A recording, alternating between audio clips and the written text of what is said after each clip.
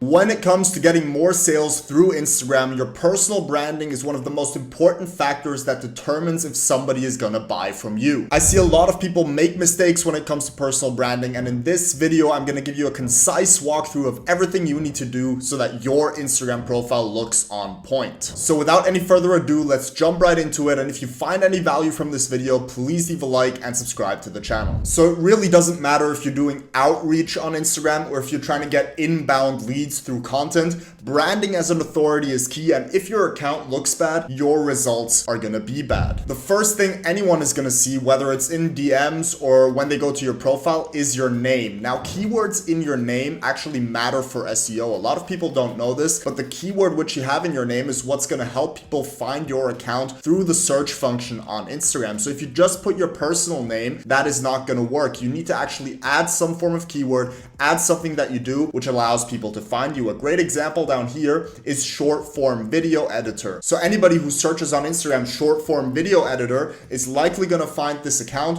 which is going to lead to more sales for him. So a simple way to structure your name is to simply have your name, have this line separator, and then what you do. Short form video editor, social media coach, ads expert, paid marketing expert. In our case, we have more clients with AI. So those are some examples. Get creative with it and think, what do people want to know about me and what helps me in the search algorithm on Instagram. Now, the second and arguably most important part is your bio. When reading your bio, people should instantly know who you are, what you do, and who you help. I recommend to structure your bio into 3 to 4 separate lines, which has the first line explaining what you do, the second line should have some social proof, and the third line should be a call to action. I personally like structuring this first line in the following way: helping X get Y. So an example in the fitness space, for example, could be helping men under 30 lose 10 kilograms in 6 weeks. If that's your target audience. So who do you help and what do you help them with? So here, for example, this example right here, content specialist, I don't like it. I like these two more. Helping business owners get more clients on Instagram with AI